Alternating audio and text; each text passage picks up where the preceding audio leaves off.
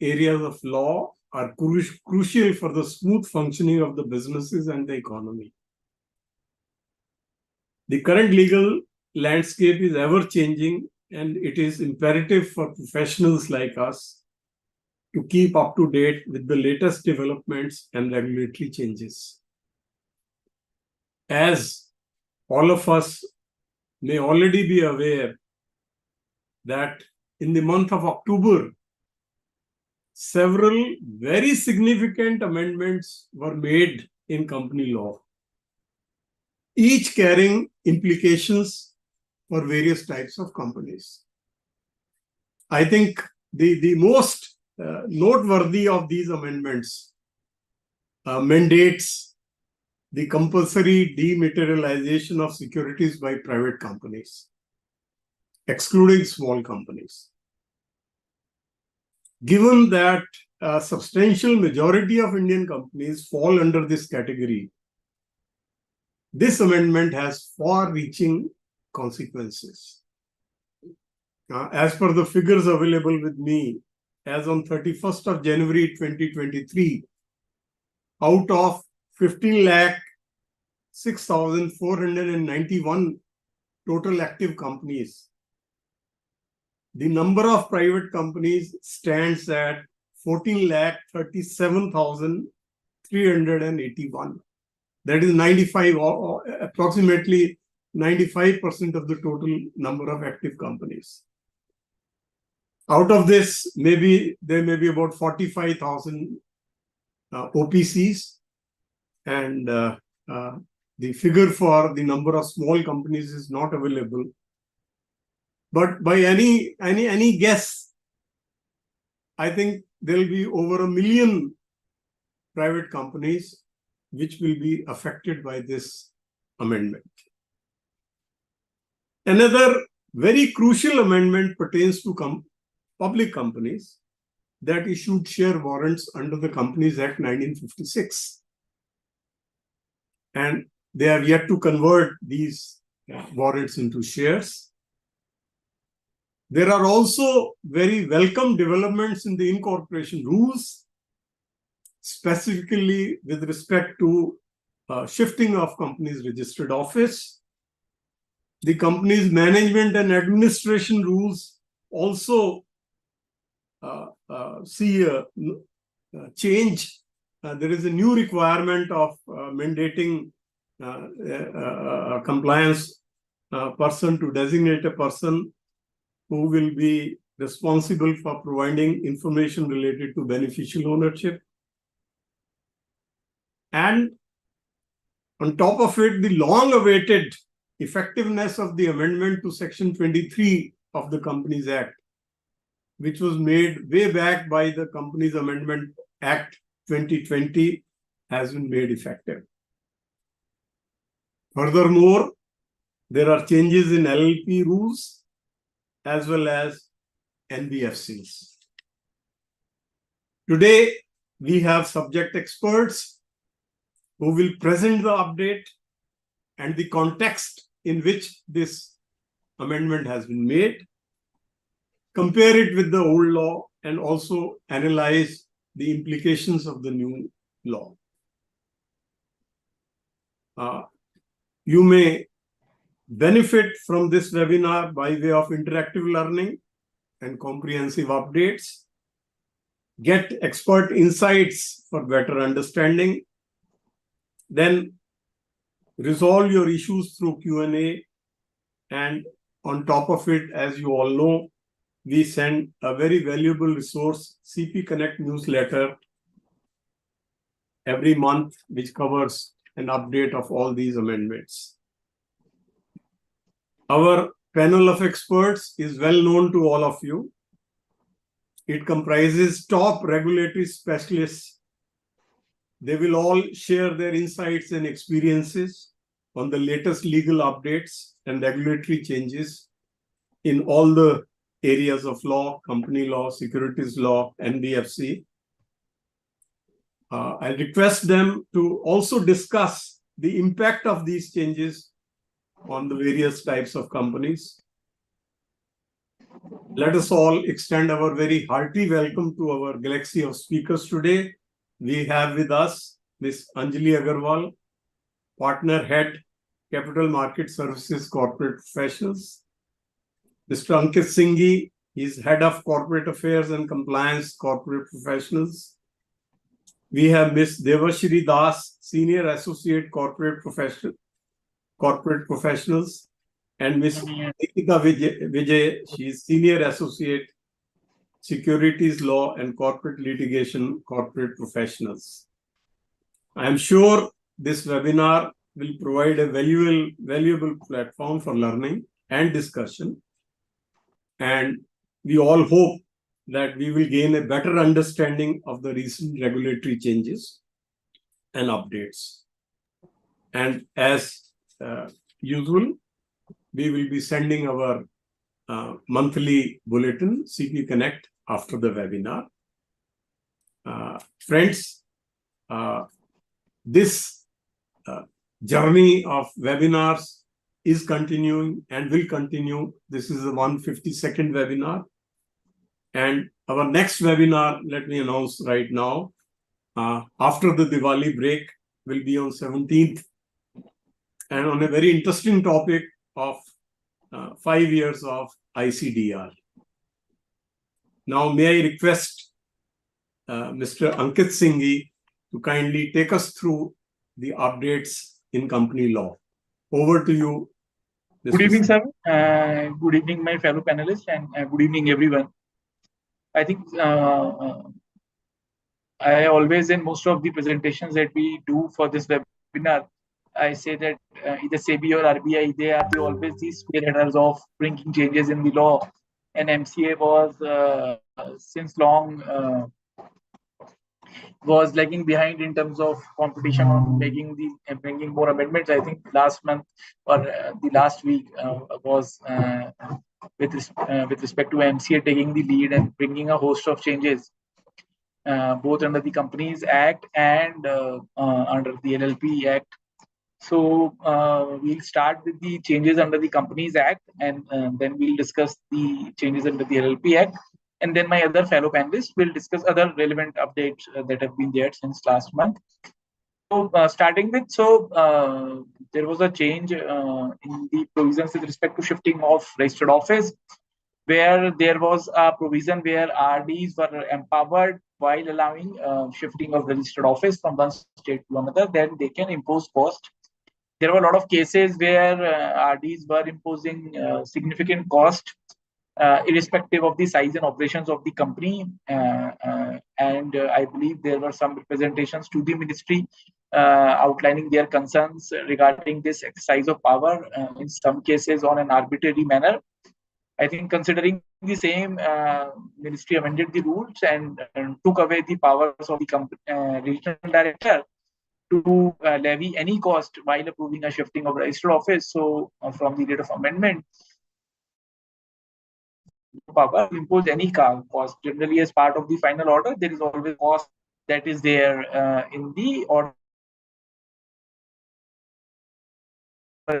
Part of the same amendment, there was also an amendment which allows for a shifting of registered office in case of insolvent companies, where companies have been taken over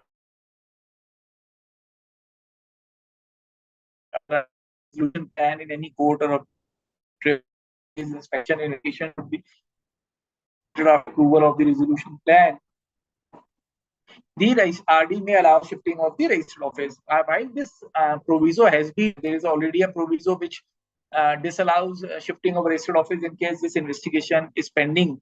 And then there is a second proviso which is added in form of this proviso, but it is very difficult to understand the sum and substance, because it neither provides any specific manner. For example, a company who is management has been changed pursuant to an IBC resolution plan.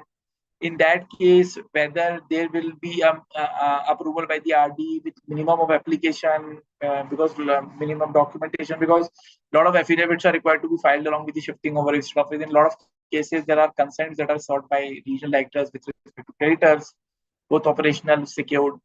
And so there are a lot of procedural and work which are required to be undertaken while you file an application. So while this proviso permits RD or allows RD to approve such a shifting, but it doesn't create any consequential changes in the other part of the rules to bring in any necessary changes on account of procedural reliefs. Because under this proviso also, it talks about no inquiries, inspection, investigation should be pending or initiated. So it means it's pending. So it may be before the resolution plan too.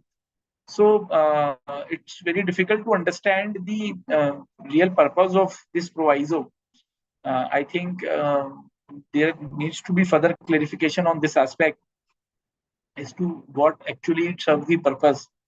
Because on a plain reading, it doesn't gives you any indication. It only arises a scenario. Further, in such cases, since how long this proviso can be utilized, if there is a case of utilization, I have taken a company now. After 2 years, I decide the new management decides to change the registered office, because it doesn't say that the shifting of registered office should be part of the resolution plan. So till how long this clause can be utilized for companies which have been taken over by new management or promoters under the IPC. So there are some unanswered questions with respect to this new edition of proviso. We'll wait for further clarification from ministry in this respect. Shivam, we can move. This is a significant change. Now, similar to public companies, if you remember, public companies were mandated to allow mandated dematerialization of securities. And at that point of time, the provision doesn't have the power to provide for the dematerialization for private companies, and therefore by subsequent Companies Amendment Act, the word public was also removed, so that government can also allow all classes of companies as it deems fit for the purpose of mandatory issuance of securities in dematerialization. So, utilizing that power after a couple of years of mandating the public companies to ensure dematerialization, now they have created a similar act for private companies, excluding small companies, and they have been now mandated on a similar lines to a public company that they will not be, they cannot issue securities in a non-dematerialized, in a physical form. I think this will have a very significant impact considering the huge number of private companies and excluding the small companies, which VKs are also outlined. And while it also increase the compliance cost, but there will also be what we have found in a lot of private companies, there were a lot of disputes in respect of ownerships, transfers. There always remains a point of concern for promoters and shareholders. I think with dematerialization, a lot of transparency will be there in terms of these disputes, and a lot of companies which do entry operations by way of taking investments without actually the issuing company showing them as a shareholder. These companies will also face challenges on account of this new mandate, because now all the allotment has to be made in a demat form in case of a companies which is not a small company. Small company, as you know, it's a paid up capital and turnover 4 crores and 40 crores. There is a limit. If a company meets both the conditions, it will deem to be a small company. There are certain exclusions, like subsidiary companies are excluded from small companies. There are other exclusions. So, except that all companies will be treated as a small company who meets the conditions of paid up capital and turnover. So, in case your financial year was ending on 31st March 2023, you were a small company on that date, then you were not required to comply with this requirement. If you are not a small company at that date, a period of 18 months have been provided in case of companies having financial year ending on or after 31st March 2022-23. Like some companies have it in June, August, or December. Then they would be looking the figures in terms of their eligibility as a small company on the financial year ending on corresponding dates after 31st March 2023. But we need to be very careful that this requirement of seeking of status of small company is only applicable in case of all existing companies. If you are setting up a new company which is not a small company, no leeway is as such has been provided, and the restrictions with respect to the conditions with respect to facilitation of subscription will be triggering from day one once the company is incorporated. Needs to be looked into whether incorporation. I don't think per se allotment will be the initial allotment will need to be in DMAT. It might not be, because it might not be the correct case, but all future allotments, all transfers in such case will need to be governed by the provisions of the requirement of dematerialization. There will not be any transition period that will be provided by such companies in terms of both issuance and transfer.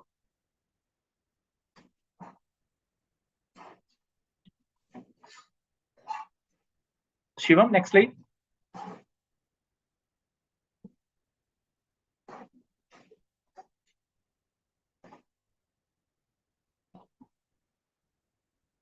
After September 30, 2024, all companies making offer for securities, buyback, bonus shares, right issue must ensure their promoters, directors, and KMPs have dematerialized their entire securities. Even all the existing security holders who want to subscribe to who want to get shares allotted in bonus, rights issue, or a preferential allotment shall need to be ensuring that their existing securities are in demat form. Any physical holding share subscriber holding any shares in physical will not be eligible to get those shares allotted in demat form. They will not be eligible to even apply for those shares. So similar to public companies, this condition will be applicable for all private companies existing within the transition period, new as and when they do so.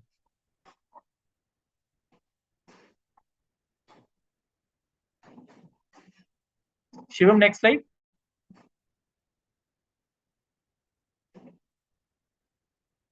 So all conditions which are applicable to public companies in terms of mandated ISN, depository, RTA, filing, all those would be applicable.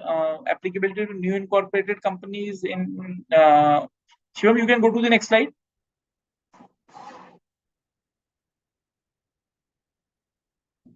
Shivam, next slide.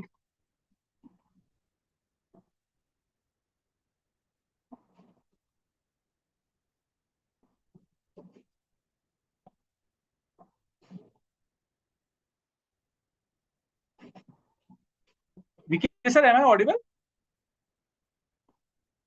Shivam, please move to the next slide.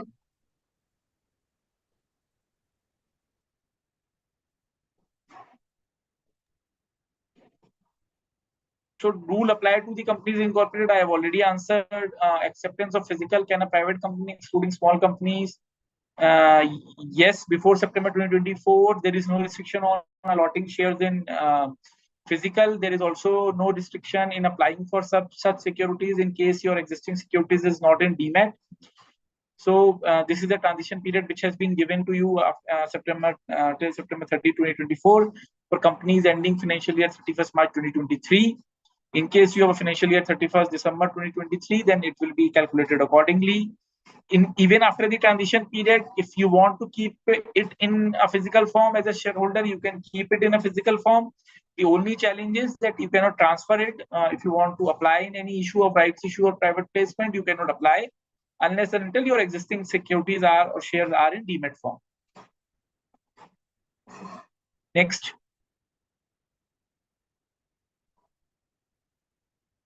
This is an important thing. If a company was classified as a small company solely due to its subsidiary relationship and that relationship since ended, does not. I think this needs to be evaluated on a year-on basis. In case you are not, if you are a small company and at a particular point of time you ceases to be a small company, then you will also cease to be exempted from the provisions. So, in case your status changes as a small company, then you will have to comply with the restrictions on dematerialization and allotment and transfer. The requirement of filing, I think reconciliation in PS6, it will only be beginning after the end of the transition period, when the transition period ends on September 30th, 2024.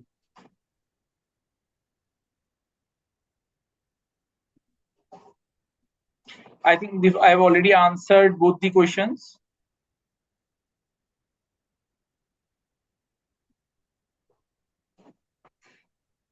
It is mandatory to issue further subscription dematerialized from the date of notification until no, it is not mandatory. Companies can still issue shares in physical form.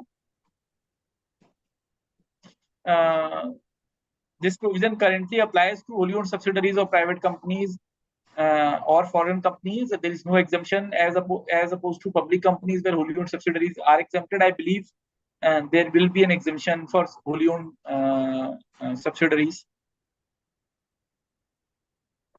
Consequences are outlined in the rule itself. The penal provisions will trigger in case of non-compliance. There are no specific penal compliances on shareholders, except that they will not be able to subscribe or transfer their shares once the mandatory period kicks in after September 30th, 2024. Share warrants. So under the Companies Act 1956, there was a concept of share warrants that was a bearable instrument. So if you are holding a share warrant, the company is not aware who is actually the holder of the shares. Under the old act, such warrants can be issued with the approval of the central government, and these are bearer share certificates where you need not to get the transfer registered with the company in case of a share certificate.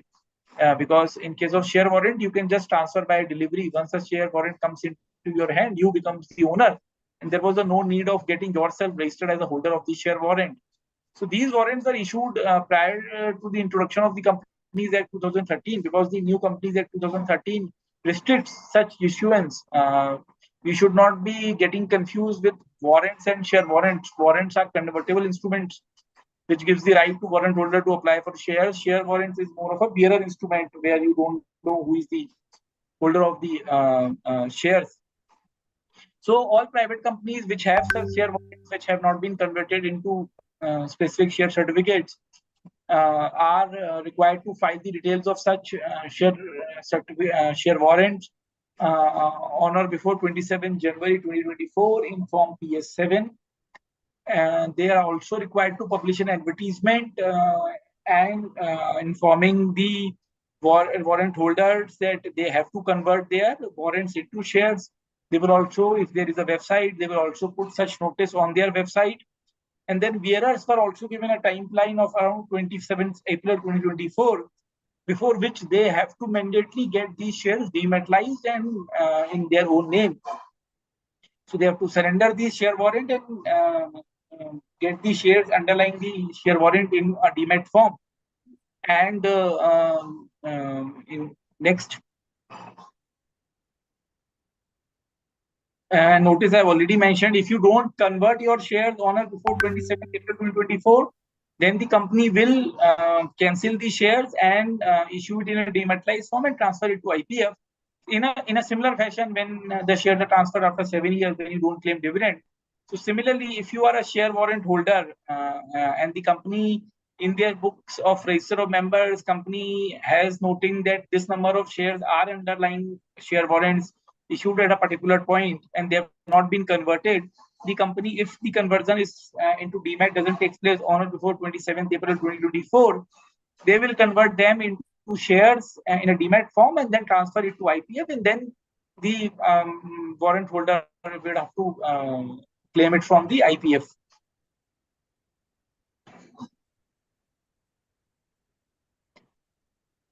There is also an amendment under the rules issued under Section 89 of Chapter 7, where both the registered holder and the beneficial interest holder are required to give disclosures under Section 89 to companies about their beneficial interest. So there a new rule has been inserted under Rule 9, where every company now has been mandated to designate an individual officer who will be responsible for reporting and furnishing necessary information with respect to beneficial interest to the registrar of the companies. Such a person can be a company secretary or can be a KMP, or if there is no director, it will be it can be a director.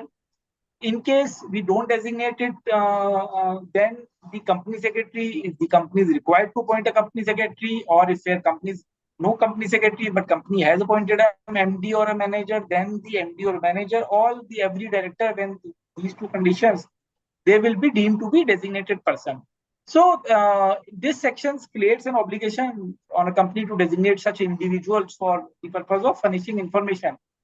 I don't think this also creates an obligation on such an individual to find out in terms that whether there is a beneficial interest underlying any shares in the company, as opposed to section 90, where they have outlined that company is under obligation to determine a significant beneficial owner and outline cases where it can be deemed to be said that company was aware of the significant beneficial owner.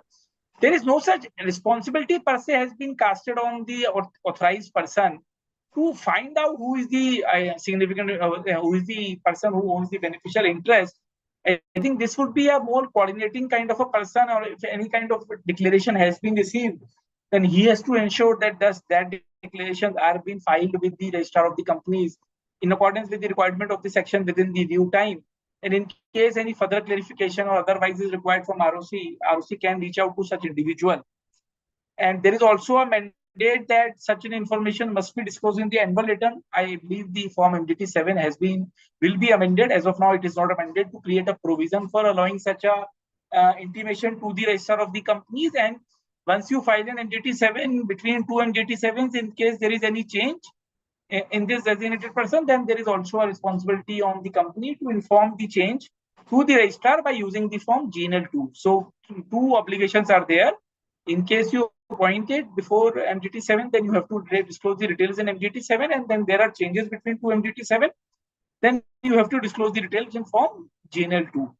I think this will need how this role will take shape. It will depend on how the registrar of the companies will deal with such persons, whether they will also cast obligations on these individuals to find out in case, or give declarations whether there is a beneficial interest or not in any share which has been registered in the name of any shareholder.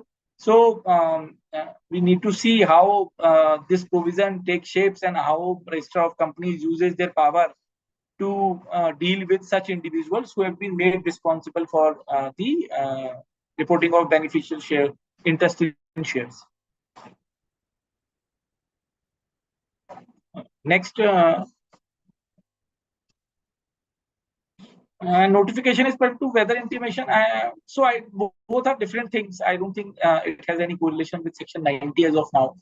But since it also talks about beneficial interest, it needs to be seen how, as I mentioned, how they will use this power, because this has been specifically introduced under the rules which have been issued under section 89 and not section 90.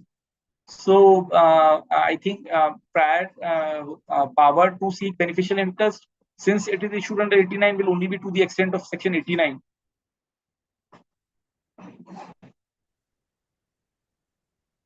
Then this has been long pending amendment which was introduced under the Companies Amendment Act 2020, whereby section 23 was amended, and government was empowered to allow class of public companies, to allow them to list on stock exchanges in permissible foreign jurisdictions or such other jurisdictions as they may provide. And while allowing such companies, the government was also empowered to exempt the applicability of certain provisions of the Companies Act with respect to Chapter 3, Chapter 4 on capital, provision section 89-90 with respect to beneficial interest, section 127 with respect to failure to distribute dividend.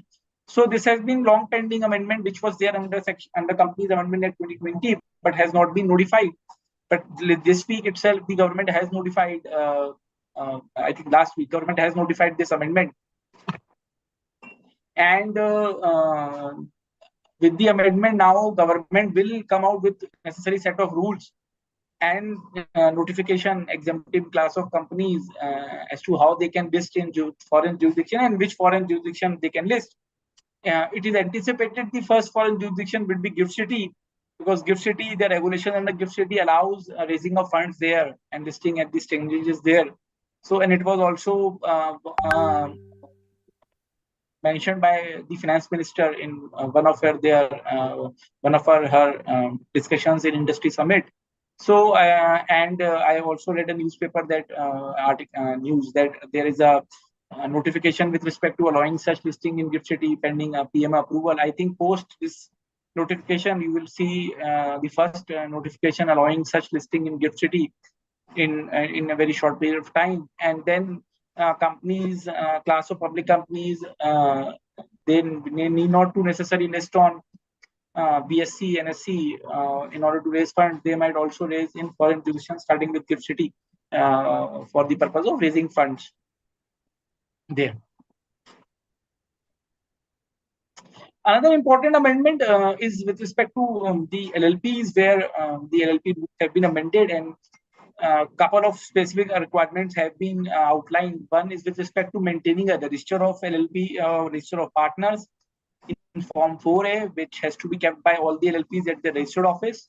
Existing LLPs are required to ensure the register is maintained within 30 days on or before November 26, 2023. LLPs are generally not required to prepare any kind of statutory register, and that was one of the ease in terms of compliance that was available to LLPs. I think this is the first register they would be requiring to maintain as a register of partners in Form 4A, and it is a very detailed register. You need to mention all the details in terms of when they become partner, when they cease to be partner, if they transfer the interest, to whom they have transferred the interest, in terms of their contribution, in what form they have brought the contribution. So it's a detail in terms of their beneficial interest, which we will discuss. It's a detailed register format that have been issued. So both the new LLPs, as and when they incorporated, and existing LLPs will now require to maintain the specific set of register containing details of all their existing partners.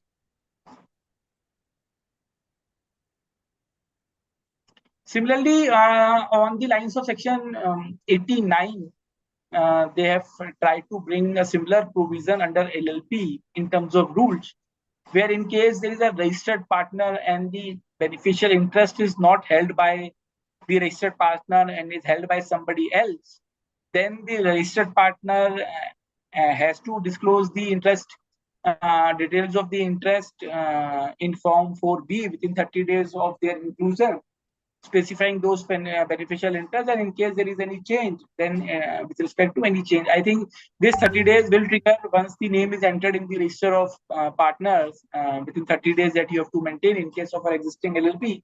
And if there is a beneficial interest and once your name is entered in the register of partner, then within 30 days you have to give as a registered partner. In case the beneficial interest is held by somebody else, then you have to also disclose this beneficial interest in Form 4B, and in case there is any change in future, then you have to disclose the change in Form 4B, similar to MDT 456 as is there under the Companies Act. Similarly, beneficial owner, interest owners are also required to disclose. Shivam, next slide. Similarly, beneficial interest owners who are holding beneficial interest in partnership LLPs through partners, and they are also under the obligation to give a similar disclosure, where they will disclose that the beneficial interest in the LLP has held by the partner who's registered is held by me, and they have to give a similar declaration in Form 30 in 30 days in Form 4C. And any changes in Form 4C will also be required to be submitted in 4C. Then, similarly, designated partner will also be held responsible for ensuring the disclosure of beneficial interest with the register of LLP until a specific designated partner is authorized by all the partners. All the designated partners will be deemed to be responsible for ensuring compliance under this provision. And all these disclosures under, I think, in Form 4B and 4C, there is a Form D, where you will require to file this disclosure in Form 4D. The firm, the LLP, will be required to disclose the disclosure as received in Form 4B and 4C within 30 days, similar to Form MDT 45, and they have to disclose the disclosure of beneficial interest as received in Form 4C and Form 4B to the registrar of LLP within 30 days. And as and when there is a change, the change will also require to be disclosed to the registrar of LLPs as and when there is a change within a period of 30 days. The term beneficial interest is important. Per se, the term beneficial interest has not been defined under the LLPs. Section 90 of the Companies Act is applicable on LLP. 90 specifically gives reference to Section 89. So, in that sense, in the similar context, one can read the definition under beneficial interest under Section 89 to determine the beneficial interest under LLP, but you have to read it in the context of an LLP rather than in the context of a company.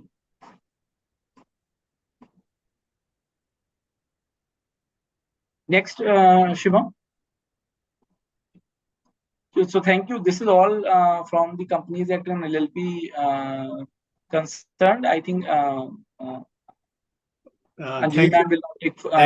Thank you very much, Ankit, for very elaborately dealing with the amendments. Thank you, sir. Some queries are pouring in, which we will take up in the Q&A session. May I now invite Ms. Anjali Agarwal to take us through changes in securities laws. Over to you, Anjali. Thank you so much, sir.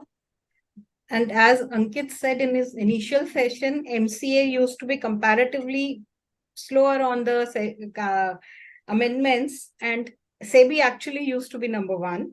This time, for a change, this month, there haven't been too many security law changes. So, as to begin with, first of all, although we have discussed it earlier as well, the last date for the last date for verification of the market rumors by the listed companies has been extended. So this has given a big relief to the top 100 and the top 250 companies. For the top 200 companies, the due date that was to start from 1st October 2023 has been extended to 1st February 24. And for the top 250 companies, the due date that was to start from 1st April 2024 has been extended to August 2024. So ever since this regulation 30 sub-regulation 11 new regulation 30 has been promulgated, there has been a lot of discussion about the rumor verification process by the listed entities, as in how to keep yourself updated as to what is happening in the market, what rumor is being spread in the market about a particular company. And SEBI received a lot of representations, as a result of which this date has been extended.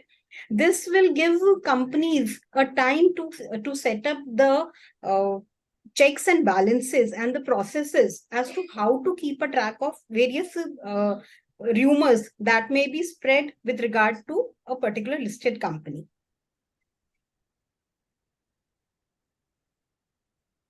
The last date for there has been an extension on the relaxation from under the provisions of 36(1)(b), wherein the notices of the AGMs and general meetings were needed to be sent. So this date has been extended from September 2023 to 30th September 2024. Likewise, even in respect of Shivam, next.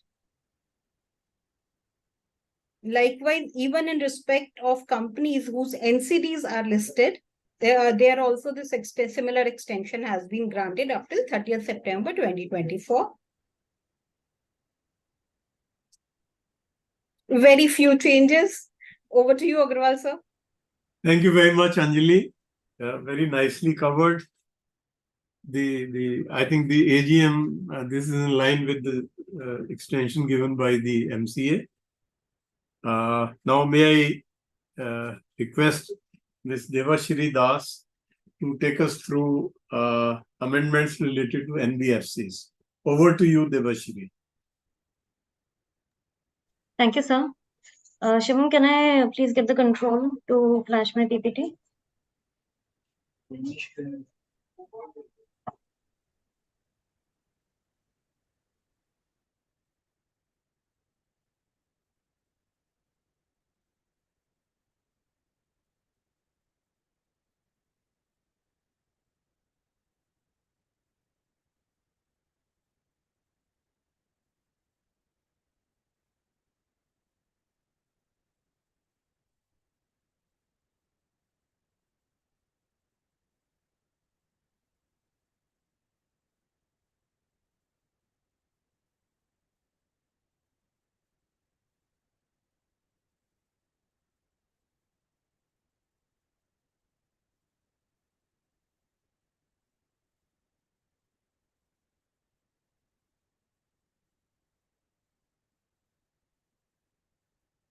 Yes, Devashiri, are you ready now? Yeah. Good evening, everyone. I'll be running through the updates which came last month with respect to BFCs. So there were a couple of changes which came. The first and the most talked about was the regulations that came with regard to the credit information.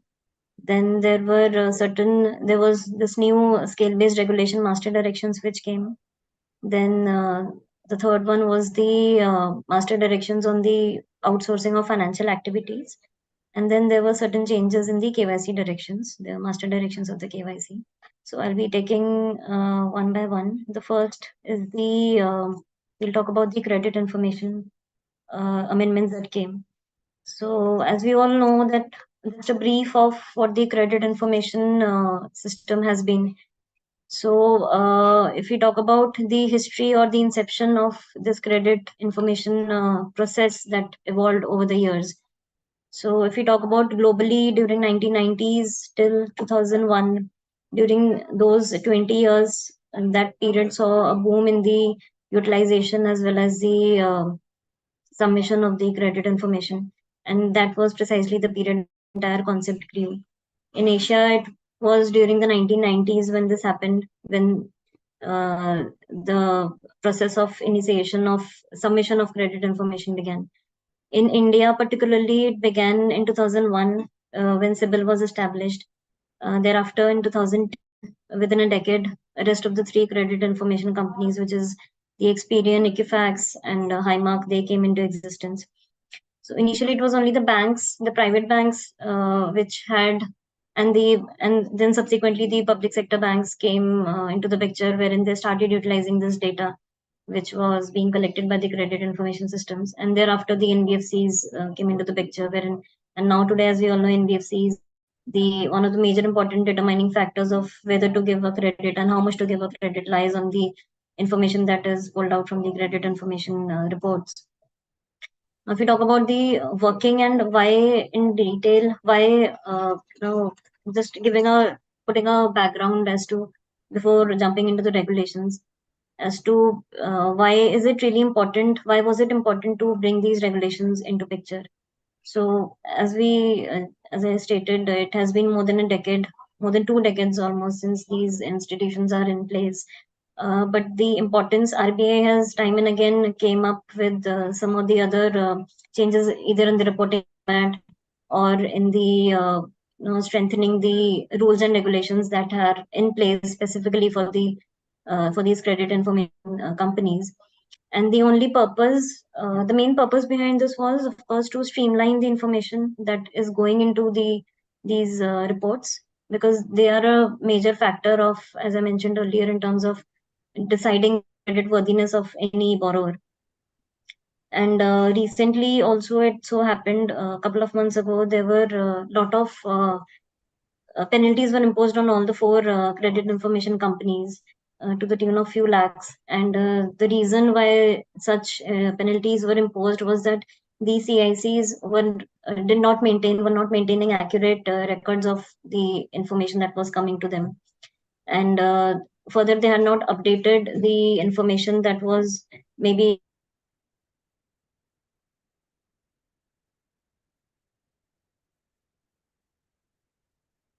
asking for updation of the records of the customers, but they failed to do so in time, and that is the reason penalties were imposed. And probably, as we understand, that is the reason which triggered these regulations that came last month. So talking about two different circulars have come. One is the first one talks about strengthening of the customer service, which is rendered by the credit information companies and credit institutions. And the second one that came up was the framework for compensation to the customers for delayed updation. Because in there was rampant, we can say, non-compliance or non-adherence of these regulations, which are already there in the CIC Act and rules, 2005 and 6 respectively.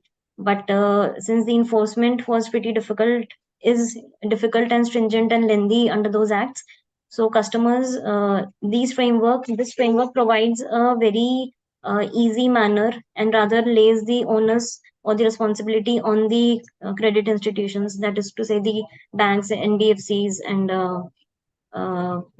in certain areas, certain non-scheduled payments banks as well. And accordingly, these guidelines have been in place so that the misutilization or rather the misinformation that was there in the market, it will get curbed so that the borrower is able to represent the correct credit worthiness of his or her own correct financial position. So accordingly, these two guidelines have been put in place. So the first one is about strengthening the customer service. It is applicable on NBFCs, credit information companies, ARCs, commercial banks. So earlier also, of course, these institutions used to submit data to the credit information companies, that is the 4 CICs. But now they have been specifically termed as credit institutions. And a time limit of 6 months has been given, since these guidelines require a lot of internal restructuring in terms of establishing probably cleaning the entire process, setting up new departments probably for the NBFCs and the banks. So accordingly, a time period of 6 months has been provided for the institutions to adhere to these guidelines.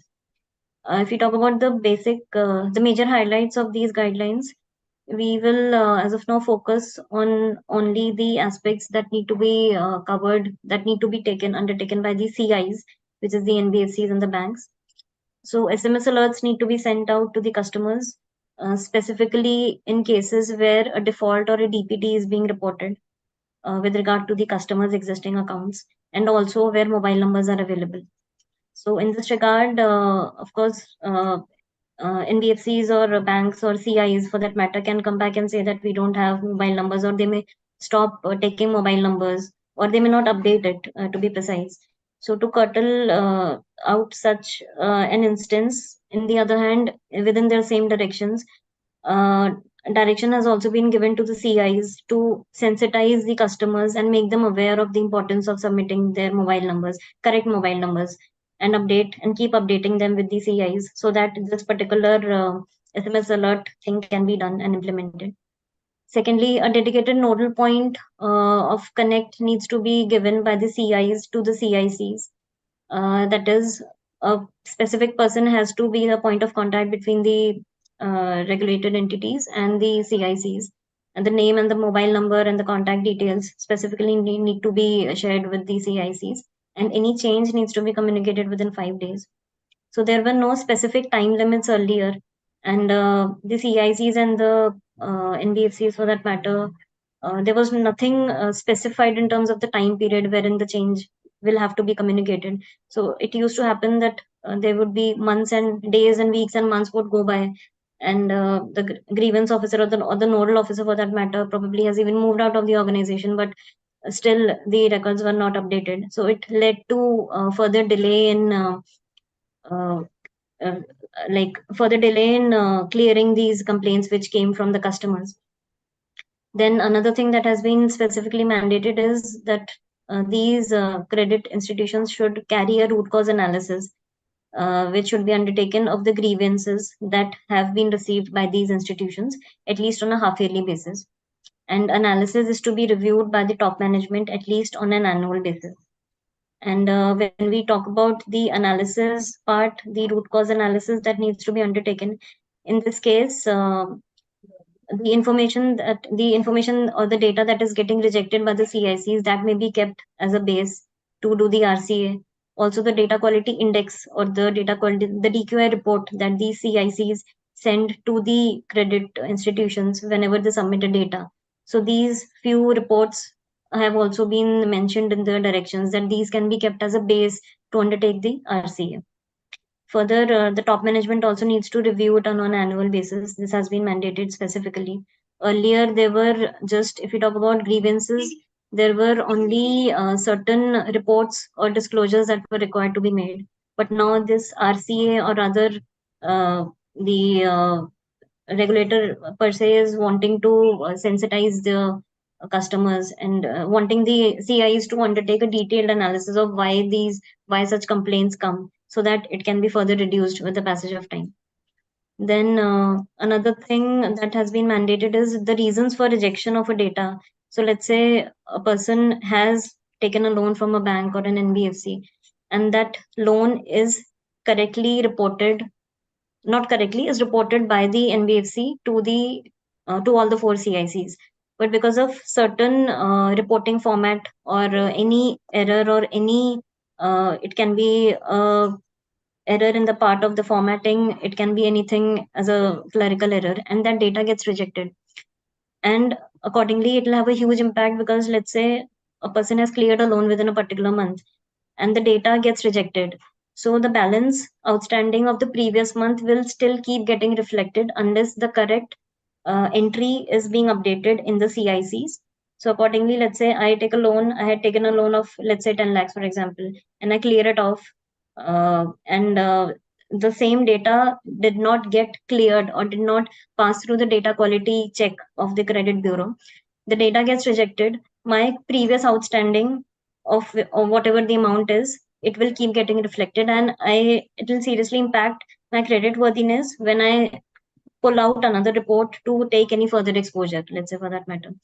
So that is precisely the reason why the entire process of data submission, the quality of the data that is going, the time period within which, how quickly it is being analyzed by the CICs, and how aptly and correctly it gets reflected in the CIR or the credit information report of the customer. That's really important.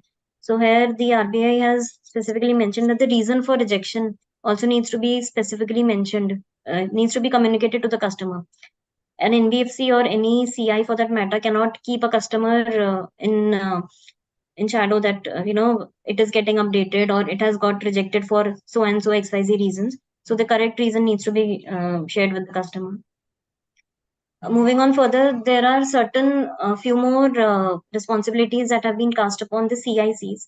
But since we are specifically talking about NBFC regulations, we will focus on the impact of those responsibilities on the NBFCs or the CIs for that matter. So the SMS alert also has been mandated to the CICs also, and accordingly we may say that, and with a specific condition that whenever any specific user is pulling out a report, at that time the intimation needs to reach to the customer that some XYZ person is pulling out your report. So that SMS alert needs to be sent out immediately. An impact of this would be, let's say an NBFC is wanting to give credit to any borrower, and NBFC itself, being a specified user, does a credit check and is pulling out a report of, let's say, from Experian, let's say, for that matter. So Experian needs to immediately send a SMS alert to that customer stating that his or her report has been pulled out. And the reason behind this, probably, as we understand, is that whenever a report is being pulled out of any customer, the number of hits it has on any CIR, the number of hit has an impact on the credit score also.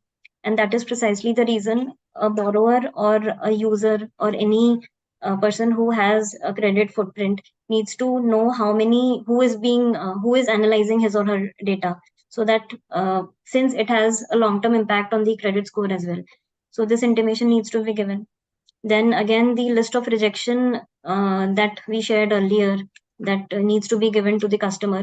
So that list needs to come from the CIC itself, because CIC is the one who has the complete list, or rather they have specific criteria to categorize the reasons for why a particular data is being rejected. So that particular list needs to come from the CIC. An NBFC, or rather a CI or a credit institution or a bank for that matter, cannot give any XYZ reasons to the customer. The list and the reasons specifically need to come from the CIC. Then another thing that have been mandated on the part of CICs is that they need to submit the data in their database within 7 days of receipt of the data. And any rejections also need to be communicated within 7 days. So this, in a way, indirectly casts upon a responsibility on the CIs, that CIs, when they are aware of this regulation, they will keep a 7-day or rather a lesser period of stat in their own systems to follow up with the CICs and to check whether the data has been submitted, has been accepted, whether there is any rejection, and accordingly the CI can again rework on the data and resubmit the data, so that the period within which the correct data is getting reflected from a customer's perspective is reduced to a certain extent, to a greater extent. Then also these CICs have been mandated to disclose the complaints on their website. So let's say there are, out of the 4 CICs, the information is getting submitted to all the CICs. So a CIC has that entire database of all the NBFCs in our example, and to say that how much total data was there, how much got rejected, what percentage got accepted, what percentage got rejected, with the reasons. So any complaint, let's say any borrower comes and complains to the CIC directly, or through the CI, that is through the NBFC for that matter, that my credit score is not correct, or not the credit score, rather the entry in the credit information report is not correct. So in that case, a CIC also has a repository, has a detail, has a log of all the complaints that are coming in. So a CIC has to mandatorily publish this data on their website.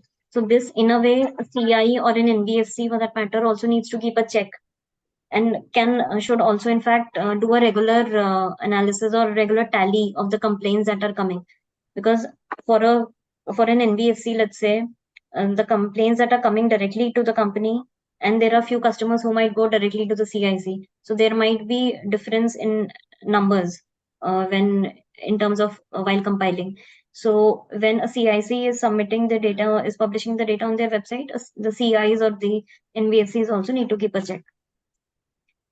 So this was broadly in terms of sorry, the strengthening the customer service, how these following steps have been established, have been told to undertake, to be complied by the CIs and the CICs. And since these involve a lot of back-end work, precisely that is the reason a period of 6 months has been given. Another part of probably the same segment can be the other circular that came, which talks about the compensation that needs to be given to the customers for delayed updation or rectification of the credit information. So as we just discussed, the importance of how critical one report or one data or the date or the number of days that has passed from the day a customer repays a loan to the day it actually gets reflected in his CIR, since that period is really crucial from the customer's point of view because of his credit footprint that he's leaving and the further credit or the exposure that he might take. Accordingly, a compensation framework has been established now, so that the CIs and the CICs do not waste the customer's precious time in terms of updating with reasons, with their own internal reasons or any external reasons for that matter. So it says that a compensation of 100 per calendar day in case the complaint is not resolved within a period of 30 days. So this compensation, when 30 days has lapsed from the date the complaint was registered and it was not completed, it was not, the correct resolution was not provided, that is the correct credit information report was not pulled out or was not given to the customer. After that, any delay, for every day's delay, rupees 100 per calendar day needs to be given. Now, if you talk about the number of days, so already, as I mentioned, we have guidelines when it comes to CIC acts and regulations. So there are already time limits defined. So there are 21 calendar days given to a CIC, and accordingly, effectively, it would mean that CIs would only get 21 days and CICs will get the remaining 9 days to complete the resolution of a complaint. CIs should make sure, so this is the agreement between, the way an agreement between the CI and a CIC is put in place. CICs, since they have all the manual and all the system work to do, they should encourage the CIs to reduce their TAT so that they get the benefit of the time and they are able to comply, they're able to resolve the entire complaint within 30 days. But from a customer's perspective, any addition, any delay beyond 30 days will lead them to get a compensation of 100 per day. then again, there cannot be any further delay in terms of crediting the compensation. It has to be credited within 5 days of the resolution. Then further, it says that the date of resolution will be the date when the rectified information, when the rectified CIR has been sent to the postal address or the email ID. So it cannot happen. So the specific time limits have been mentioned to avoid any ambiguity in terms of the customer saying that I did not get the report or I did not get the email. So the onus here is particularly specifically put on the CIs and the CICs to dispatch the correct report on time. Also, RBI Ombudsman scheme is applicable on these on loans, but in case there are any penalties or any scenarios that are outside those outside the Ombudsman scheme, then they can be, the borrower can directly approach to the CEPC cell of the RBI. And every, as we all know, NBFCs and every institution have their own specific login credentials in the CEPC, wherein they get the complaints, they can log in and they can check whatever, in case any customer has made a complaint directly to the RBI. They should keep a track of those complaints also, apart from the ones which are coming directly to them or through the CICs. So we can say that in a nutshell, an NBFC has tentatively 3 major sources of getting the complaints. One is a customer reaching out to them directly. The second is a customer reaching out directly to the CIC or these credit bureaus. And the third is if a customer goes to RBI and complains against them. So these institutions need to really strengthen their customer grievance framework. And that is precisely the reason these stringent norms have been enforced now. Further, set of duties have also been cast upon the CIs and the CICs under this compensation framework, which says that the compensation which is being paid, it will be proportionately divided between the CIs and the CICs as per certain criteria, as per the number of days of delay each of them has done. Then also it is advised that these credit bureaus and the credit institutions, they need to advise the complainant as to what action they can take. So they need to sensitize the complainant. They cannot just take the complaint and just close it with XYZ reasons. So there needs to be a proper handholding. There needs to be a proper closure in terms of whenever a complaint is received, and it has to be closed with appropriate advice to the complainant. Then also it says that whenever there is any delay in sharing the information, the CIC, there needs to be a strong or rather a very robust communication between the CIC and the CIs. And that is the reason a nodal officer needs to be there who needs to be in touch with the CICs on a regular basis. So any delay also needs to be communicated to the CI by the CI to the CIC and vice versa, and also to the complainant. And the complainant needs to be kept in loop as to within how many days a resolution will be received by them.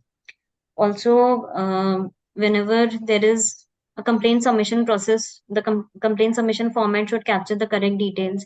It should not happen that there is no field or the field is non-functional, or there is any error in terms of capturing the data that a customer is not able to. A customer can see probably the field of entering the mobile number, but is not able to enter the mobile number.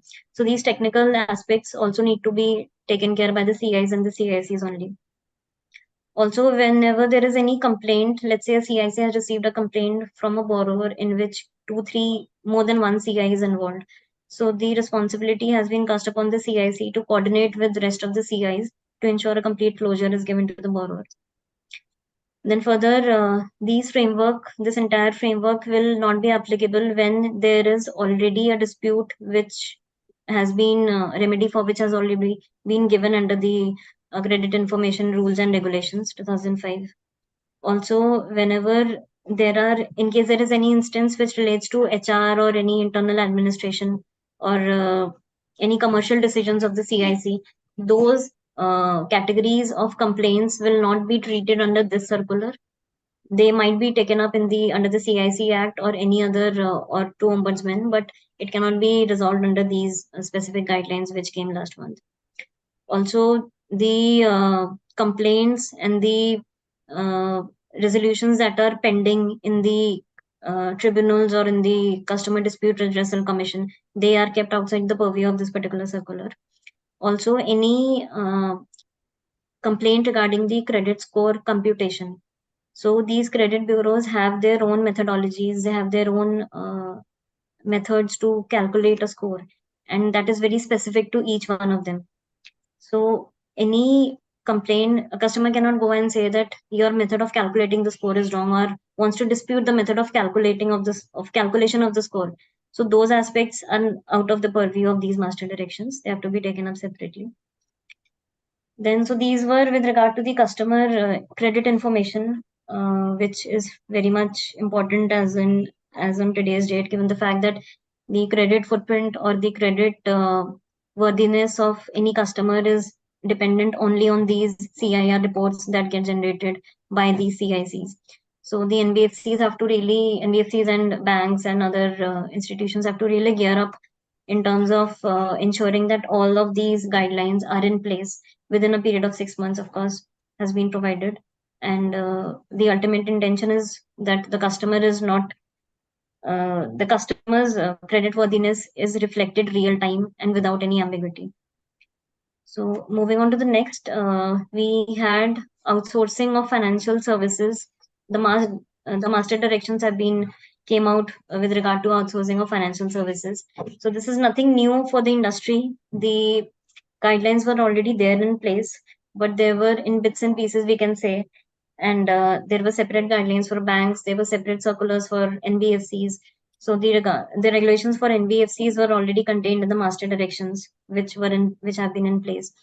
There were different 1 or 2 circulars that came separately for financial institutions with respect to outsourcing or the conduct of the conduct of the outsourced agents.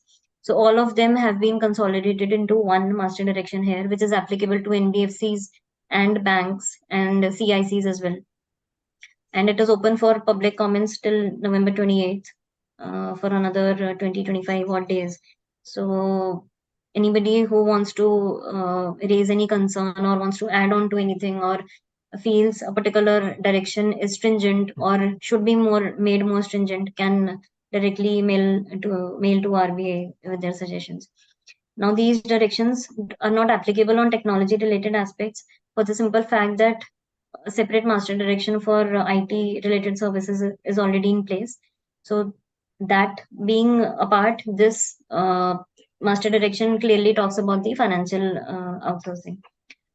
A few areas that we could identify was the outsourced activities. Earlier, definition per se was not given. The type of activities that could be outsourced was only mentioned, but now it comprises of 7 specific indicative list has been mentioned, and it also now additionally includes the aspects of claims and manpower management, which were not earlier covered in the financial outsourcing. Also, in terms of the material outsourcing agreement, any event which has potential impact to comply with the laws and regulations, which means that in case there is any arrangement which will hamper the NBFC to undertake to comply with certain rules and regulations, that aspect needs to be considered as a material outsourcing arrangement. So earlier also there were certain couple of scenarios which were given, but this particular scenario has been added now. Of course, if we talk about in general parlance, the way agreements were drafted, these regulations, any inability of the NBFC or any bank to comply with regulations was inherently should be a material scenario, but now it has been specifically outlined. Also, subcontractors was not earlier in the existing extant directions. Subcontractors was not specifically defined. It was only made a part of the agreement wherein it had certain clauses that a subcontractor needs to while entering into an agreement with a subcontractor, certain specific things need to be taken care of. But now the subcontractors have been specifically added in the definition of service provider, which was not there earlier. So the definition of service provider has also, with these directions being in place, they have been put in place now. It was not there earlier. Also, activities not considered as financial outsourcing, specific 8 points have been included, which we will take up in the subsequent slides. Also, activities that cannot be outsourced. One major thing that has been added is earlier policy formation was was considered as an activity which could be outsourced, because the entities, NBFCs, smaller size NBFCs particularly, did not have the bandwidth to formulate a policy which would encompass the entire organization, all the aspects, be it loan, credit, monitoring, audit, HR, financing. But now the policy formation has been categorized as a core management function, and it cannot be outsourced, and it has to be in-house. And this would probably have an impact on the NBFCs, because earlier NBFCs, the smaller entities for that matter, used to outsource this particular activity so that they could get a streamlined or a standardized process which is prevalent in the industry. But with this, as we understand, the RBI is wanting the entities to structure the policies at their own level, considering their own processes and their own bandwidth that they have.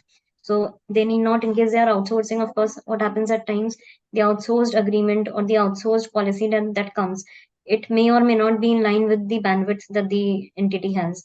But if a policy is being framed internally, then it is always in line with the existing resources that the entity has. So this might be the intention behind adding this. Also, another thing, supervisory authority was not per se defined anywhere.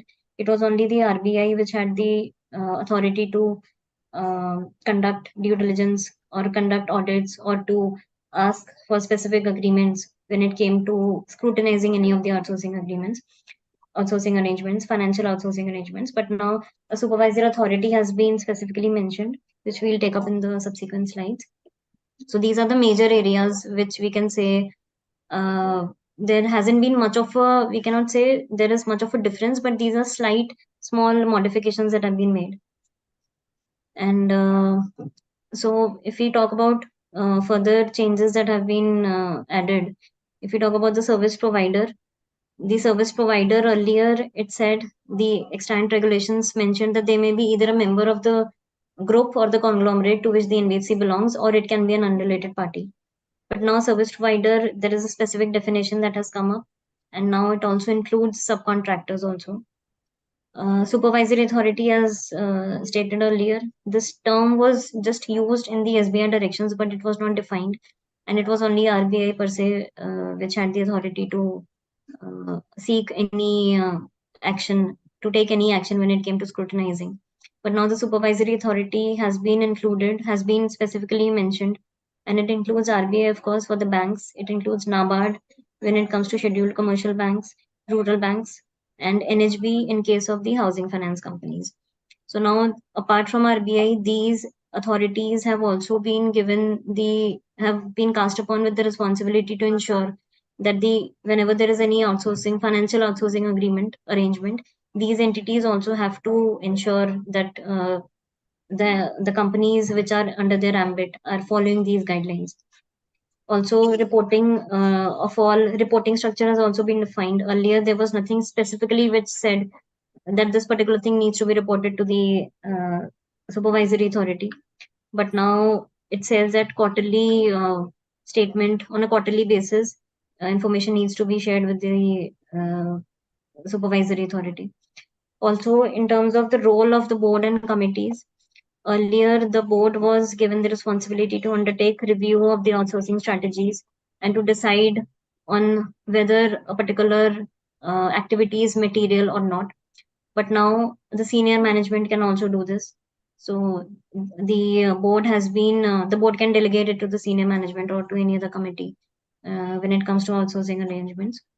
Also, the evaluation criteria of a service provider. Earlier, it was mentioned that the criteria needs to be like the NBFCs or the institutions which are engaging any service provider. They need to assess whether the whether the entity to whom it is being outsourced has the capability to undertake the activities, which was primarily with the intention to ensure that the NBFCs, the activities, or rather the regulations, or rather the responsibility that an NBFC has, it does not get diluted. And now certain additional things have been added specifically as a criteria by which the entities will ensure whether the service provider is capable of entering into an arrangement or not. So few of these include conflict of interest, business continuity management, internal control of the service provider, how it is and whether the internal control that the service provider has, whether the NBFC, in our case, as we are discussing about NBFCs, whether the NBFC is okay with the internal control that the service provider has. Also, how efficient the service provider is when it comes to maintaining the confidentiality of the customers. Then also how much the degree of reliance on the subcontractors. This also needs to be mentioned. Since earlier subcontractors was not explicitly defined, now that being defined, this additional criteria or this additional safeguard also needs to be undertaken. And then another thing that has been added is the insurance coverage that the service provider has. So earlier also this was, at times these aspects were overlooked, or they were not considered as a part of evaluation process, but now these criteria need to be mandatorily included when the evaluation, when the capability of a service provider is being judged. In terms of outsourcing agreement, certain earlier also there were certain clauses which were there which had to be a part of the agreement. Now these additional clauses have been added. So now it says that a clear obligation on the service provider needs to be put to comply with the directions given by the supervisory authority. Also, the type of material, adverse and incident reporting requirements, these also need to be mentioned. So the service providers also need to know that on what scenarios they need to, and in what time frame they have to report to the let's say any system crashes or any there is any fraud which has been detected by the let's say the service provider.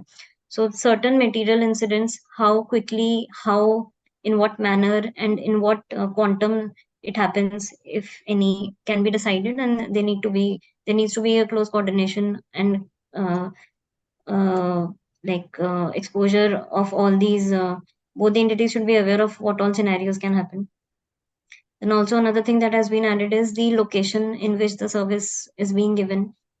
And in case there is any change in the location of the service provider, that also needs to be mentioned. So earlier, this was a part of the agreement. This used to be a part of the agreement. This also aspect got overlooked in certain cases. And the service provider later on used to say that I'm not, let's say, operating from an area where I cannot cater to so and so things that have been pre-decided. So location also has been specifically identified, which needs to be included in the agreement now. Another thing which has been added is the incentive compensation review. So the incentives which are being given to the outsourced agents or the outsourcing companies or the agencies, there needs to be a proper mechanism, and it needs to be reviewed and approved, and it needs to be a part of the service provider contractor of the contracts. It cannot. So it means that whenever there is any agreement that is being entered, the incentive or the compensation needs to be a part of it. It cannot so happen that an agreement is first entered and the compensation decided later on based on XYZ factors. So the compensation or the incentive also needs to be embedded in the contracts. And also it says that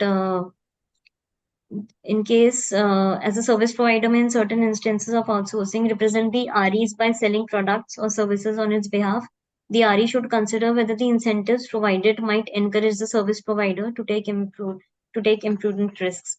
So at times, many of the times, these outsourcing agents are being hired with the purpose so that they are able to sell or maybe cross sell or market the products that the NBFC has. So the REs or the institutions, the NBFCs in our case, need to see that how much they are willing and how much capacity they have to further sell these products and how much risk it has. So let's say it should not happen that there is a specific product that has been introduced by the NBFC, only one of its kind, and it goes out, it is being sold through an outsourced agent, and and later on it comes, maybe the product protocols are out in the market, and that particular thing loses its very purpose. The first mover advantage is gone. So all these aspects, nitty-gritties of businesses also need to be incorporated in the agreement now. Then another thing that has been added is the events which trigger termination. Earlier, so these have been specifically added. Of course, these were generally already being used in the industry to specify the events when the agreement would terminate.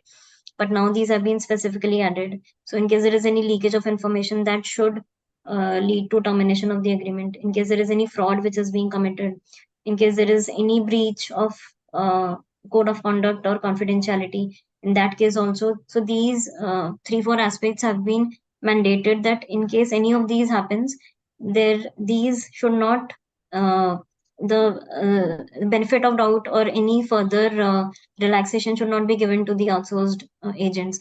And any of these events happening, they should immediately trigger to termination. They should immediately lead to termination. So these were with regard to the outsourcing arrangements. So as we discussed earlier, it is open for public comments for a couple of days. So in case we are open to the viewers, we are open to the discussions and your comments, and we can discuss in case you have any inputs or insights on these. Then another amendment that came was in the master directions of the KYC of the SBR. So as we all know, the SBR was implemented. The first directions came out in October 21. And the time limit for implementation was given for a year. And from October 22, these SBR directions are in place with all the, and there were certain provisions which had a phased manner implementation, but now all those periods being crossed except for the net owned funds, now all the provisions are in place. So accordingly, and as the SBR was introduced, there were many notifications that came that used to come time and again to provide clarification or to enhance the existing SBR directions. So now this has been consolidated, and now we don't have to go through the different set of notifications that came. So it is now consolidated in one place, and that is the reason it has been made effectively. It has been made it has to be implemented with immediate effect. There is no relaxation in this case. It consolidates all the SBR directions and related notifications that came in the past 2 years. Also, the existing master directions and other circulars have been repealed. And if we talk about the ones that have been repealed, so the existing master directions that were in place for the systemically important NBFCs and non-systemically important NBFCs, so all these have been now repealed. Appointment of chief risk officer, then pricing of credit, then liquidity framework, which all came in different bits and pieces. They all now stand repealed, and they are all part of this SBR master directions now. Further, the specific directions for peer-to-peer NBFCs, account aggregators, core investment companies, which were already in place, they are still effective. They have not been repealed. If we talk about the major differences, there are no major differences per se. If we talk about, since it is just a consolidation, but just a couple of things, a few minor things that have that should be noted is there were certain aspects. So when this SBR came, there were a lot of discussions when it came to certain applicability of certain aspects for the systemically important NBFCs. So the NBFCs in the category of 500 to 1000, since they were earlier in the SI, they were earlier considered systemically important and had much stringent regulations. And with the SBR, they came in the base layer. So over the period of time with the implementation, with the passage, it was decided, it was felt that there were certain regulations which, if let's say an NBFC which is an SI, which is a systemically important, immediately comes and shifts down to a base layer. So a lot of restrictions were getting repealed, or rather, a lot of relaxations were coming to such entities all of a sudden. So to curb that thing, notified NBFCs, this term has been can be newly found in the scale-based regulation. And this contains the NBFCs which are in the category of 500 to 1000, which is precisely the difference between a base layer and a systemically important NBFCs. So these 3-4 regulations which were earlier applicable to systemically important NBFCs, they have been retained for notified NBFCs, which is 500 to 1000 crore size NBFCs. The prudential framework for resolution of stressed assets, then identification of non-cooperative borrowers, then early recognition of stress and reporting requirements, and the framework for revitalizing distressed assets. These are certain critical compliances that were being undertaken by the systemically important NBFCs, which today, let's say, are in the base layer, but in case they fall in the notified layer, they have to still comply with these. Then the last amendment came in the KYC directions. So there is nothing major we can say in terms of the KYC directions. Only small amendments have been made in definitions, or explanations have been added in few cases. Sorry, one second. So these are a couple of changes that have happened. So a new clause has been added which says that the RBI may advise for additional measures to manage the money laundering and the terrorist financing risks. So earlier, the regulated entities had to follow only the instructions that were given in the KYC directions or in the PMLA acts and rules. But now it has been kept open and wide for the RBI to advise any additional measures that it feels, subject to the specific entity and subject to any particular transaction that it might come across, and it can advise additional measures to curb any such practice. Sorry. Then identification criteria of partnership, that has been changed. A small definition in this case has been added, and it says that so the process of who will exercise the control, that has been added now. Earlier, the word control was not mentioned. Then another thing that has been added is the principal officer. The principal officer, earlier there was no specific mention of who can be the principal officer in the KYC guidelines. Of course, reference was drawn from other guidelines, from FIU and other reporting entities. But now it says that the principal officer can now be a person at the management level. Also, in terms of when we talk about the due diligence process of a trust, the word protector of the trust has additionally been added. And when it comes to due diligence and taking documents of a trust, the protector also comes in the ambit now. ARCs were not specifically mentioned earlier, but now they have been explicitly mentioned that ARCs also need to follow the KYC guidelines. Although earlier there was a slight ambiguity in the industry, and ARCs also being a part of the financial system used to follow it, but now it has been explicitly mentioned that they have to follow the KYC guidelines. Also, accounts of politically important persons have been changed. So now, if we talk about earlier, also these PEPs have always been a major source of concern for the regulator per se, when it came to siphoning of the funds, or when it came to finding the beneficial owner. So now few things have been clarified. They are not an addition, they are just a clarification. Reason being, these were already at some level, we can say 90-95% being already complied by the entities, but now just a clarification has been added in these cases. So now it says that accounts of politically exposed persons, which are the PEPs, whether it is a customer or it is a BO, which is a beneficial owner. So earlier this categorization per se was not there. And at times at times the entities used to say that the PEP is not a customer, and so accordingly I'll not fulfill the other requirements. But now it is clearly identified that even if the beneficial owner turns out to be a politically exposed person, then the guidelines which were already in place have to be followed, with two additional points that have been added now, which says that appropriate risk management system needs to be there to determine whether the PEP is a customer or a beneficial owner, and reasonable measures should be there in place to establish the sources of funds of these PEPs. So these two aspects already, so entities already had reasonable measures to establish the sources of funds. But now when it comes to PEPs, whether even if it is a customer or a beneficial owner, appropriate risk management system needs to be applied to them as well, in addition to the other borrowers. Then extended the definition of group. There has been a slight extension in that definition also. So earlier it was already mentioned that the instances where the groups are required to implement group-wide policies for the purpose of discharging obligations under the PMLA.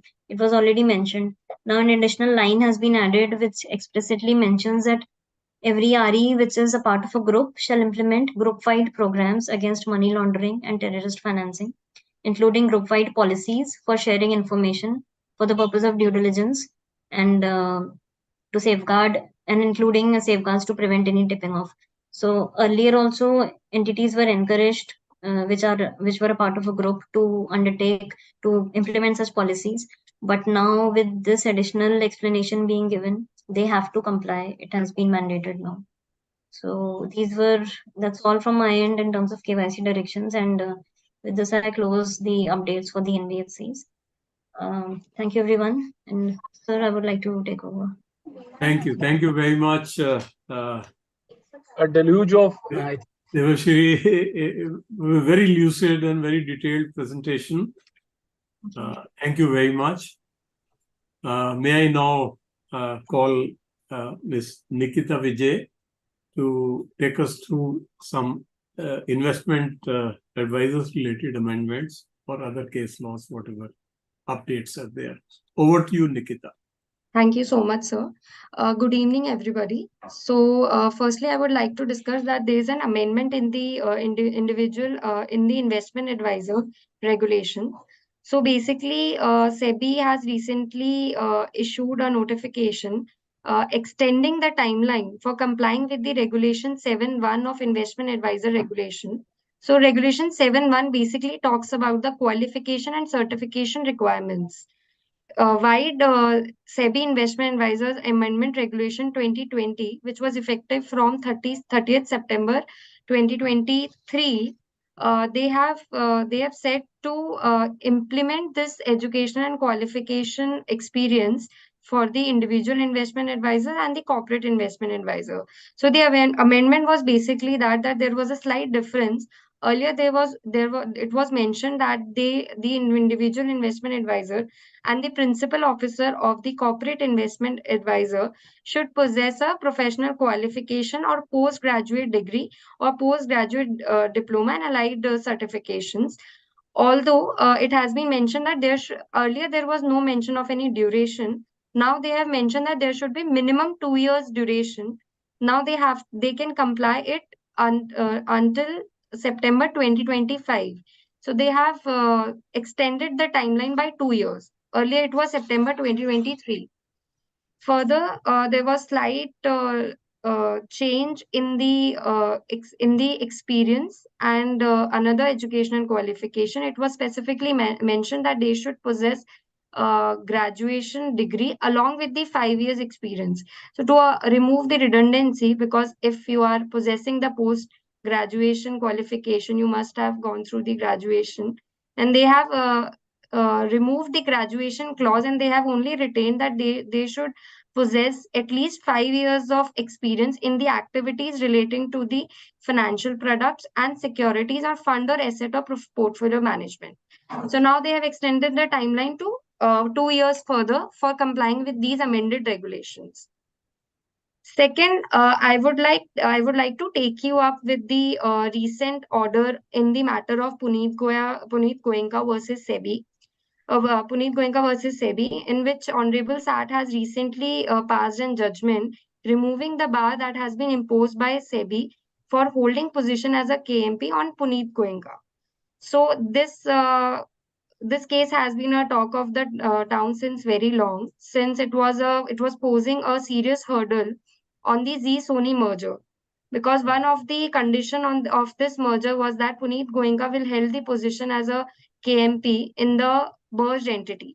But due to this bar imposed by SEBI in July 2023 for 10 months, they could not go ahead with the merger. So SAT has now revoked this interim order. So firstly, before going into the observation what has SAT given, I would like to summarize what the transaction was under question. So basically, this was the SEBI has alleged that the Zee Entertainment has round tripped the funds worth of rupees 200 crores, and the father of Puneet Goenka has given a letter of comfort to one of the bank, that is Yes Bank. So, which was not disclosed in the public domain and which was not approved by the board of director and was not knowledge in the board. So the main concern was that Z Entertainment has given the money of 200 crore rupees to its 7 related associated entities. Then said these 7 related associate entities has availed a loan of similar amount from Yes Bank. To back this loan amount, the Z Entertainment has given a guarantee worth rupees 200 crores. So when these 7 entities have repaid this money, have given back this money to Z Entertainment Limited. But since the loan was not paid to Yes Bank, they have invoked the letter of comfort, the guarantee that was provided by Z Entertainment, and they have encashed this 200 crore worth guarantee. So basically, in this case, what SAT has said that the WTM, the chairperson who was dealing with this case, did not establish the foundational facts related to the matter. The main foundational fact what they have observed was that the funds that had originated from the Z Entertainment Limited and other listed companies of SL Group, which moved through multiple layers of the promoter family owned control entities and was ultimately transferred to Z Entertainment in order to show the fulfillment of the payment obligation of the associate entities towards Z. So basically, there were a lot of factors that was not considered by SEBI while issuing this order. So they have said they have only considered the first leg of transaction because it was an ex parte interim order. So the main question before SAT was that whether there was any urgency in uh, in issuing such a harsh direction on Mr. Puneet Goenka or not. So with respect to first transaction, that whether the payments done by the money that was given by Z Entertainment to the 7 related associate entities was genuine or not. In this respect, the appellant has produced and given a clarification that these payments were pursuant to the commercial arrangements. For this, they have produced all the agreements, all the MOUs that were related to the business, for example, with related to the production services that they were seeking from these entities. So there were certain subscription amounts that they were obligated to pay to them. So they were under the contractual obligations. So all these payments were pursuant to, this is one such example, and there's 7 different types of services arrangements between these entities and Z Entertainment and the listed companies of the SL Group. So all these transactions were backed by the commercial agreements, MOUs. They also the accounts were also audited by the statutory auditor. They have duly paid the TDS on these payments. So basically, SAT has said that you have not considered the genuinity of these documents, even though appellant has produced these documents before SEBI also. But they have only made their observation on presumptions and conjectures, only on the basis that at the similar time, the amount was round-tripped and was repaid back to the Z Entertainment. But it was observed by SAT that merely a proximity of time cannot be a single point test to check whether there has been a round-tripping of funds or not. You should also check that whether there has been a whether there is is there any commercial evidence to back up these transactions, which the appellant was succeeded to present to the honorable tribunal. One of the question that they have posed is that they have not SEBI has contended that they have not provided the invoices for these transactions. That too, Mr.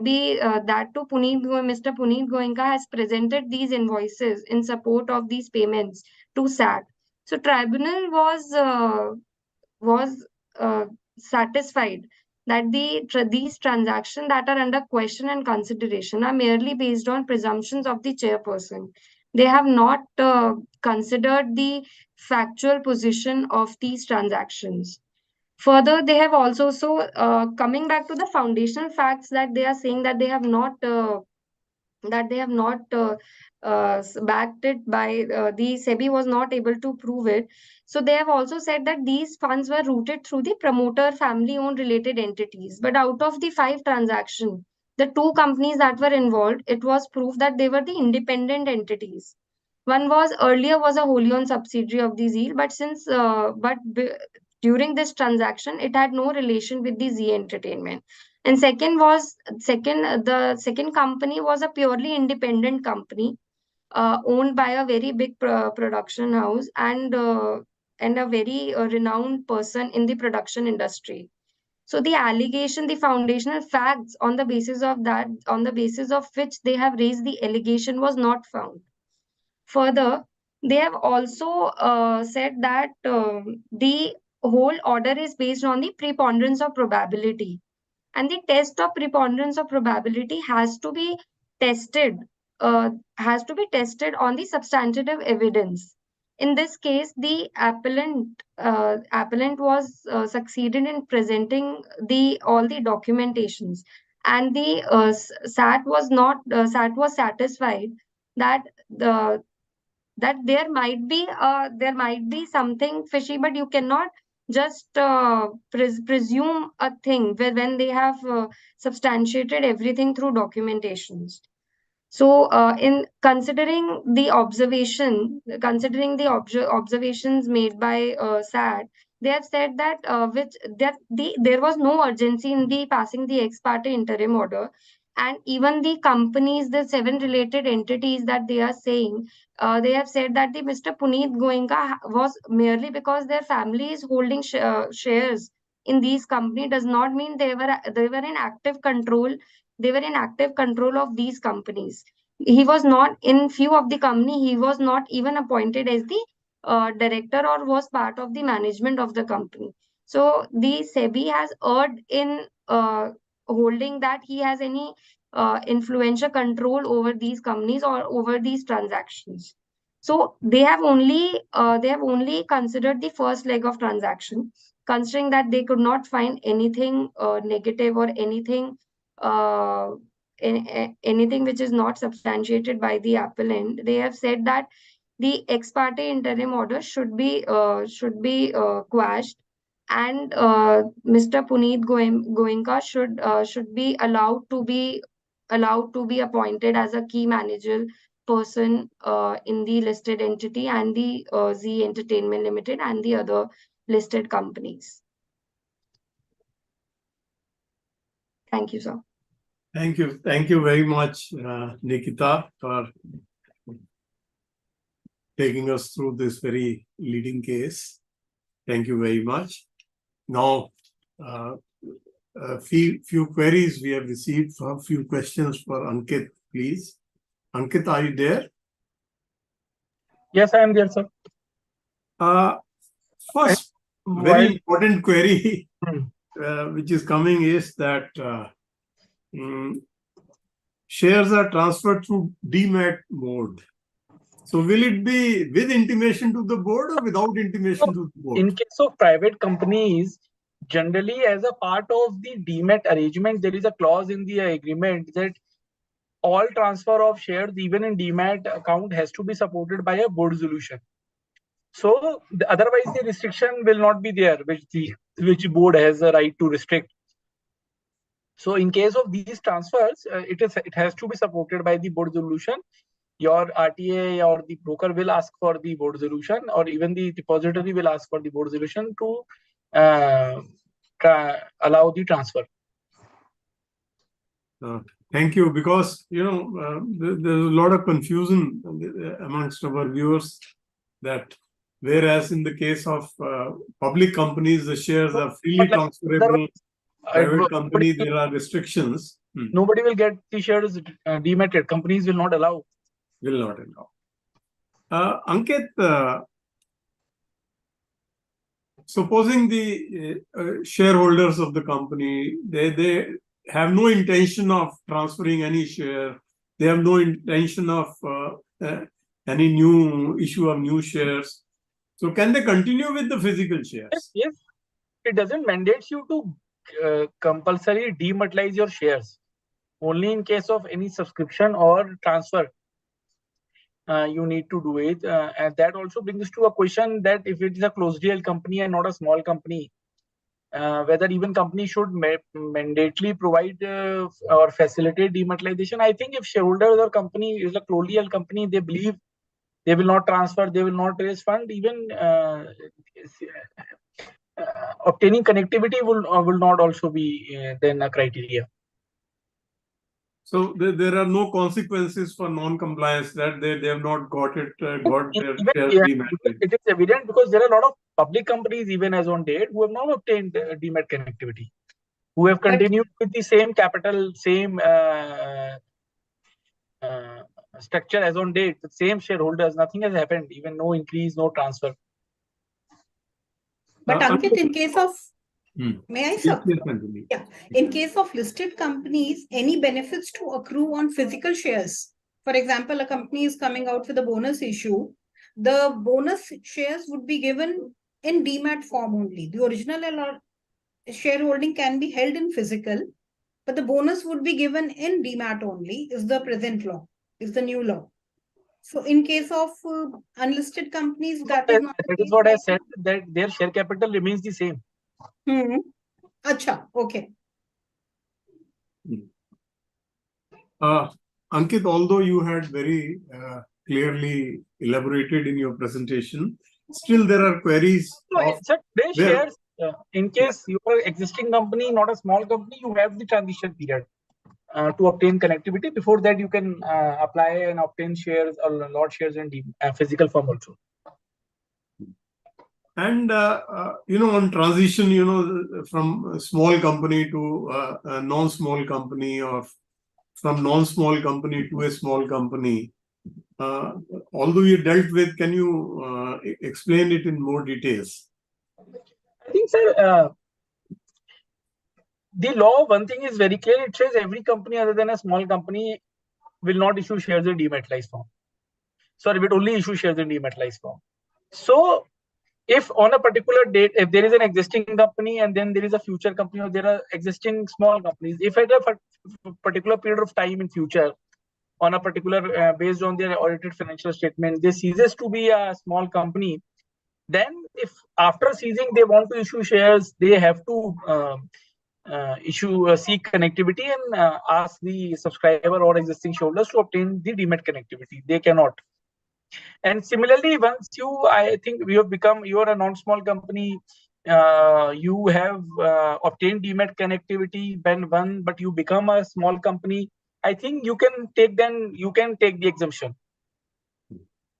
Because the condition is on a small company other than a small company. So if at a particular, because the law is, the rules are silent in terms of change of status. So if it has to be assumed that it has to be checked at a particular date, assuming the latest financial statements date. So considering the same, if you are not a small company after being you were a normal company, now you have become a small company, I think you can take the benefit of the exemption. Lastly, this is with respect to filing of half-yearly reconciliation, that is PAS 6, which is a date for a private company from which it needs to begin filing half-yearly reconciliation. So since there is a transition period, I have to see to the rules specifically. Just give me a sec. Let me, because it says the provisions of Rule 429 apply. Yes. Otherwise, it should only be applicable once the transition period ends, because then it is a mandate. You have to file the form in terms of the requirement of the rules. Every company.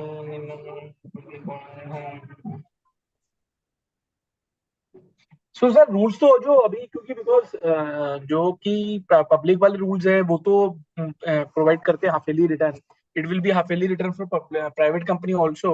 अभी rules तो silent है at what point of time they would be filed. But I think it should, the mandatory requirement should only trigger after the completion of the transition period. That is correct. That I think is the right approach and the correct interpretation. So I think for the financial year half year ending September 2024, if your financial year is ending on 31st March 2023, you will be filing the first return. I have a question for Devashri. Devashri, you there? Yes, sir. Yeah, there is a question for you from one of our listeners. Credit Bureau is wrongly reflecting the information in spite of bringing the information to them and also the bank. What is the remedy? Data reflected is completely wrong. In this case, if complaint has, so there are three options. I would request the person to first raise a complaint to the specific bank. Regarding whom, just refer the report and check which particular entry is wrong. It pertains to which credit institution. Raise a complaint to them. If they are not replying, then you can also raise a complaint to the CIC of the report which has been pulled. Let's say a CIBIL report is pulled. Please raise a complaint on CIBIL. If it is an Experian report, raise a complaint on Experian. And if not, then you may also, after a period of time, raise a complaint on the CMS portal. I have sent in the details in the chat in case it's visible. I'm not sure. This particular website can be checked and the complaint can be registered here. So this will directly take to the complaint will go directly to the RBI, and RBI will then will forward this complaint to the CICs and the bank as well. So it will definitely get resolved after this. Oh, thank you. Thank you. Ankit, that in March, any further issues before September 30th, 2024,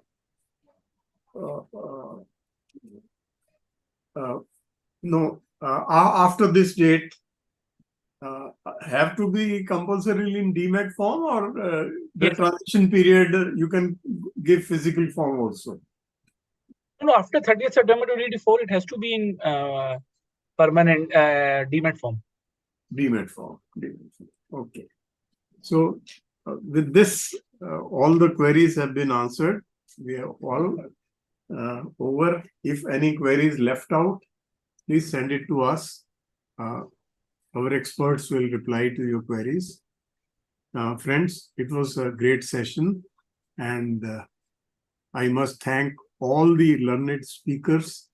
Very elaborately, they took us through all the various amendments, and I'm sure the amendments, the implementation part, particularly in respect of the private companies, is huge.